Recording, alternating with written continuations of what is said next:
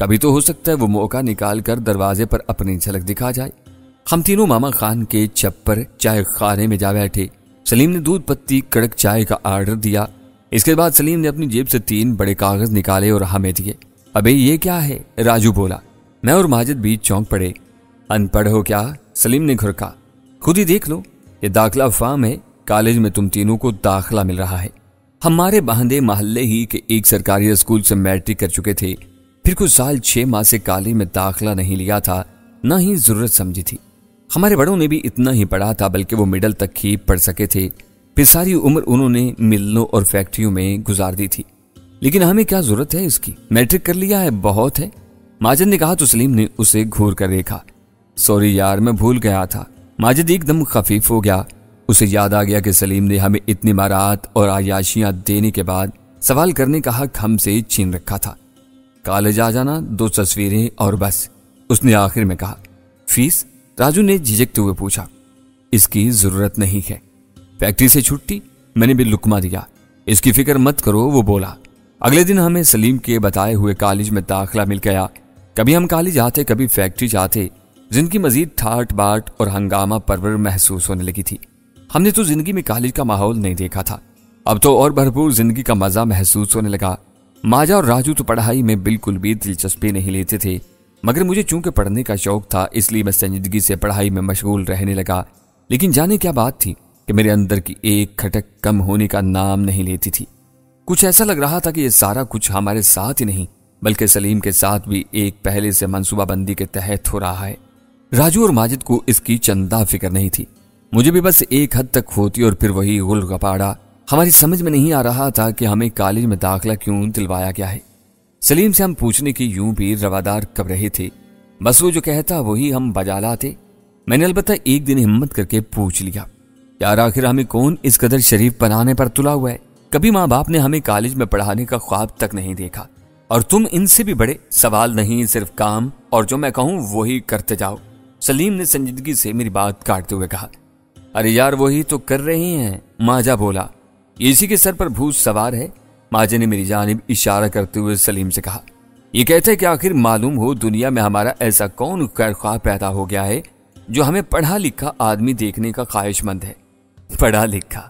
سلیم نے ماجے کی بات پر کہہ لگایا۔ تب سلیم نے ہمیں بتایا، دیکھو میں جن لوگوں کا اعلی کار بن چکا ہوں، اب تم بھی انہی لوگوں کا خود کو اعلی کار سمجھو۔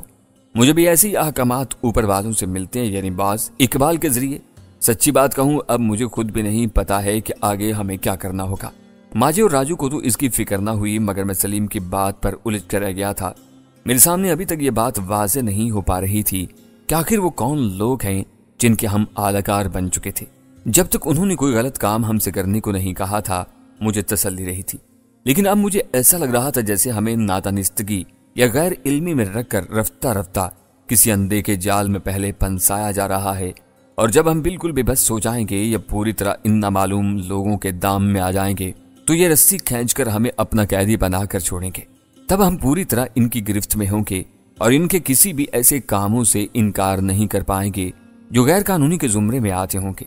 میں دراصل اندھے مستقبل کی اسی صورتحال سے ڈرا ہوا تھا۔ یوں سلیم بھی اگرچہ ہماری طرح خود کو بے خبر کہتا تھا، مگر مجھے شبہ تھا کہ یہ ان لوگوں سے اور ان کے کرتوتوں سے واقف تھا، مگر ایک خاص مقصد اور کسی وقت سے پہلے ہمیں ان لوگوں سے آگاہ نہیں کرنا چاہتا تھا۔ یار سلیم، ہمیں کسی پر اتنا اندھا اعتبار نہیں کرنا چاہیے، میں نے کہا۔ نہ جانے وہ کون لوگ ہیں جنہیں ہم کیا تم بھی نہیں جانتے، کہیں وہ ہمیں اپنے کسی جال میں نہ پھنسا رہے ہوں۔ سلیم نے میری بات پر پہلے ماجے اور راجو کی طرف دیکھا، پھر مجھ سے مخاطب ہونے کے بجائے ان سے بولا، تم کیا کہتے ہو اپنے اس سہراب کی بات پر؟ میں نہیں جانتا کہ سلیم نے میری بات پر خود کچھ کہنے کے بجائے ماجے اور راجو سے کیوں رائے لی تھی۔ جو ہوگا دیکھا جائے گا، ابھی تو عیاشی کرتے رہیں گے۔ غربت اور اس تنگ حال زندگی سے ہم تو تنگ آ چکے ہیں۔ اب تم کیا کہتے ہو پیارے؟ سلیم نے میری جانب مانی کے نظروں سے دیکھتے ہوئے کہا۔ تنگ تو میں بھی اپنی اس اسرت زدہ زندگی سے آیا ہوا تھا۔ کچھ بھی صحیح یار، کم از کم معلوم تو ہونا چاہیے کہ آخر یہ نامعلوم لوگ ہم پر اتنے مہربان کیوں ہیں، ان کا ہم سے آخر مقصد کیا ہے؟ جب ان کا مقصد ظاہر ہونے لگے تو تم پیچھے ہٹ جانا۔ اب خوش؟ سلیم نے میرے کاندھے پر ہاتھ دھرتے ہوئے کہا۔ میں چپ ہو گیا۔ اس کے بعد شاید میرے دل کو لگی تھی، یہ بھی ممکن تھا کہ سلیم نے شاید اس مقصد کے لیے مجھے یہ بات کہی ہو کہ تب تک میں اس عیاشانہ اور آرام سے زندگی کا عادی ہو چکا ہوں گا۔ ایک دن سلیم نے بتایا کہ ہماری خاص قسم کی تربیت ہونے والی ہے۔ یہ تربیت کس نوعیت کی تھی اس کا ہمیں چند روز بعد علم ہو گیا۔ نہ جانے وہ کون سا علاقہ تھا جدھر ہمیں آنکھوں پر پٹیاں باندھ کر لے جایا گیا تھا ایک ہیلی کاپٹر کے ذریعے۔ ہمیں اس علاقے میں پورے 3 ماہ گزارنے پڑے تھے۔ وہیں خیمے نصب تھے، یہ بھی نہیں جانتے تھے کہ آیا یہ ہم اپنی ہی سرزمین پر تھے یا بیرون ملک۔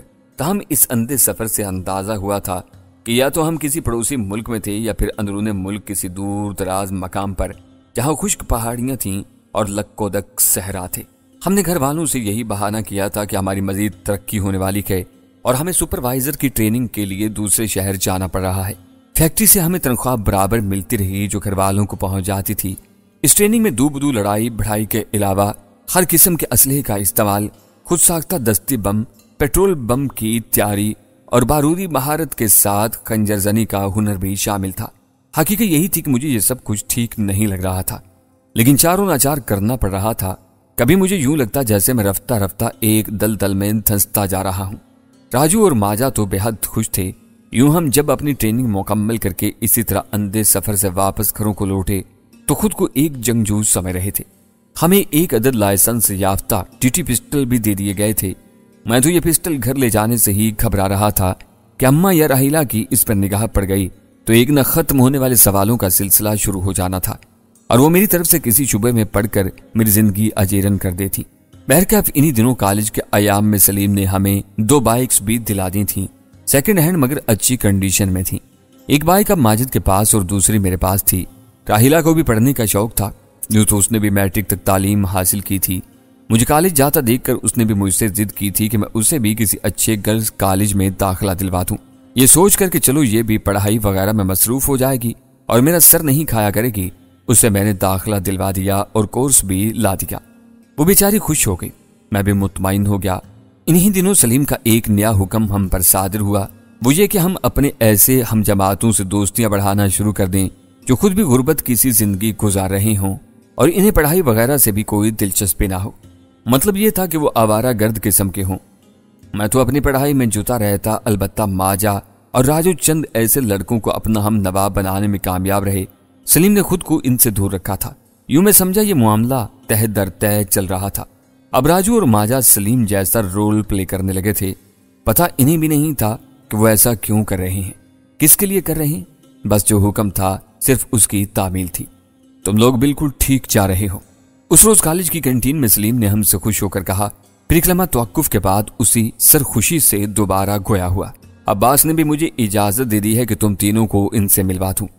باس یعنی وہی اقبال صاحب؟ راجو کے منہ سے بے اختیار نکلا۔ سلیم نے اسے گھورا۔ بھول گیا، باس یعنی باس، اس نے بات بنا ڈالی۔ گڈ، سلیم نے کہا، کل یا آج شام ہم ان کے بنگلے پر چلیں گے۔ شام کو ہم تینوں سلیم کے ساتھ بائکس پر ایک شاندار بنگلے پر پہنچ گئے۔ میرا آشیانہ کے نام سے موسوم یہ بنگلہ نہایت شاندار تھا۔ اس کا صرف باغیچہ ہی اتنا وسیع تھا کہ نظریں ہی نہ ٹھہرتی تھیں۔ اس کے پورچ میں 2 بڑی نئی ماڈل کی چمچماتی گاڑیاں بھی کھڑی نظر آئیں۔ 2 گن مین دیکھ کر ہی ہمارے دل و دماغ میں اس بنگلے کے مالک کی دھاک سی بیٹھنے لگی۔ ایک سوٹ بوٹ میں ملبوس آدمی ہمارے استقبال کے لیے باہر آیا تھا اور صرف سلیم سے اس نے ہاتھ ملایا تھا۔ دونوں کے درمیان کچھ باتیں ہوئیں اور اس آدمی نے ہماری طرف دیکھ کر دھیرے سے اپنے سر کو اسبات میں جنبش دی تھی۔ ہم اندر آ گئے۔ یہ ڈرائنگ روم تھا، بڑا ہی شاہانہ طرز پر سجا ہوا۔ فرش پر دبیز قالین تھا اور اس پر بیش قیمت اور دیدہ زیب فرنیچر۔ ہم صوفوں پر بیٹھ گئے۔ اس سوٹ پوش نے ہم سے کہا، باس ابھی ایک دوسرے کمرے میں اہم میٹنگ میں مصروف ہیں، ابھی آتے ہیں۔ اس کے بعد وہ اندرونی گوشے میں کہیں کھلنے والے دروازے کی جانب بڑھ گیا۔ تھوڑی ہی دیر گزری تھی کہ ایک ملازم ٹائپ آدمی نفیس قسم کی ٹرالی دھکیلتا ہوا اندر آیا اور ہمارے درمیان رکھ کر خاموشی سے واپس لوٹ گیا۔ لو مزے کرو یارو، سلیم نے ٹرالی کی جانب دیکھتے ہوئے کہا، پھر چائے نکالنے لگا۔ ٹرالی انواع اقسام کی اشیاء خورنوش سے بھری ہوئی تھی۔ اس کے نچلے حصے میں بھی چیزیں رکھی ہوئی تھیں۔ ہم سلیم کی شے پر کھانے پینے میں وقت گزارتے رہے۔ پھر لگ بھگ کوئی نصف گھنٹے بعد ایک پختہ العمر درمیانے قد اور چوڑے کاندھوں والا روبدار سا شخص نمودار ہوا۔ اس کا چہرہ تھوڑا لمبوترا سا تھا۔ اس نے بہترین تراش کا 2 پیس سوٹ پہن رکھا تھا۔ رنگت گہری سانولی تھی، آنکھوں پر سیاہ موٹے فریم کی اینک تھی۔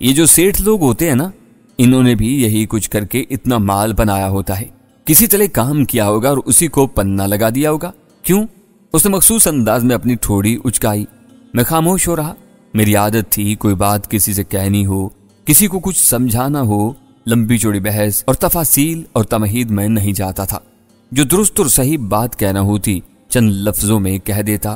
سمجھنے والے مختصر حرفی بات بھی سمجھ جاتے، جنہیں نہیں سمجھنا ہوتا وہ نہیں سمجھتے۔ ماجو بھی سمجھنا نہیں چاہتا تھا۔ ان کے سامنے چاہے بڑی بڑی تقریریں اور بحثیں کر لیتا، وہ نہیں سمجھتے۔ یہی وجہ سے کہ راجو بوری اور ماجا لکڑ سے بھی میں نے بس مختصر ہی اتنا کہا تھا، اور ان کے مشترکہ جوابات بھی میں سن کر چپ ہو گیا تھا۔ رہا سلیم چالیا تو بھلا کب کس کی بات سنتا یا سمجھتا تھا؟ یوں بھی وہ ہماری سنتا بھی کیوں؟ ہم تو جیسے اس کے زرخرید غلام بن چکے تھے۔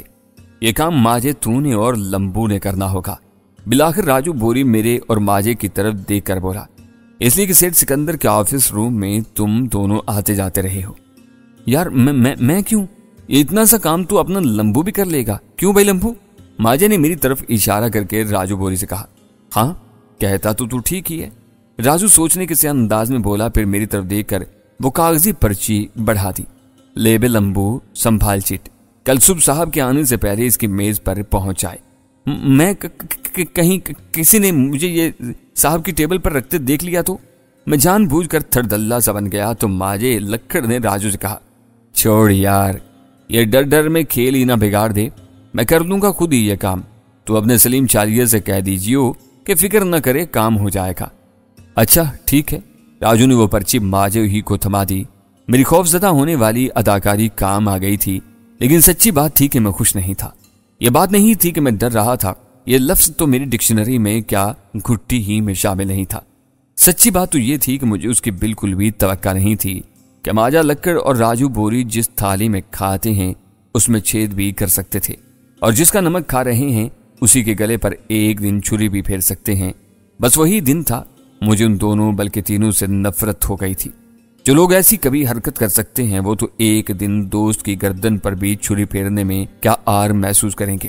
ٹھہریے، میں اپنے بارے میں کوئی پارسا ہونے کا دعویٰ نہیں کر رہا، نہ میں کوئی نمازی ہوں اور نہ کوئی پرہیزگار۔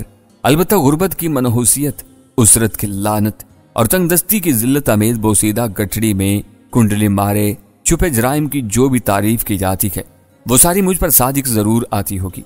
جیب تراشی سے لے کر چوری، بدماشی، نشے پتے سے لے کر سستی اوباشانہ تفریحات، آوارہ گردی، سب ہی مجھ میں کسی گھن زدہ بیماری کی طرح سرائیت کی ہوئی تھی۔ لیکن پتہ نہیں کیا بات تھی کہ ان ساری خرابیوں کے باوجود بس ایک یہی مجھ سے نہیں ہوتا تھا کہ جس کا ایک بار نمک کھا لوں یا جس سے دوستی کا ایک بار دم بھر لوں، پھر چاہے دنیا ادھر کی ادھر ہو جاتی، خواہ میری جان پر بن آتی، میں پیچھے نہیں ہٹتا۔ اب پتہ نہیں کہ یہ کم وقت میری کمزوری تھی یا پھر طاقت یا میری کوئی نسلی منتقلی، میں بس یہ نہیں کر سکتا تھا، میرا ضمیر ہی کچھ ایسا تھا۔ یہی وجہ تھی کہ میں نے بھی اسی روز قسم کھا لی، ماجے، راجو اور سلیم کو اس میں کامیاب نہیں ہونے دوں گا۔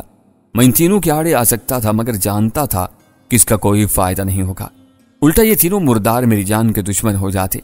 میں مناسب وقت کا انتظار کرنے لگا، تب تک ماجا اپنا کام کر چکا تھا، کیونکہ انہی دنوں میں نے سیٹھ سکندر کو کافی غصے اور اس سے زیادہ پریشانی اور تشویش میں مبتلا ہوتے دیکھا۔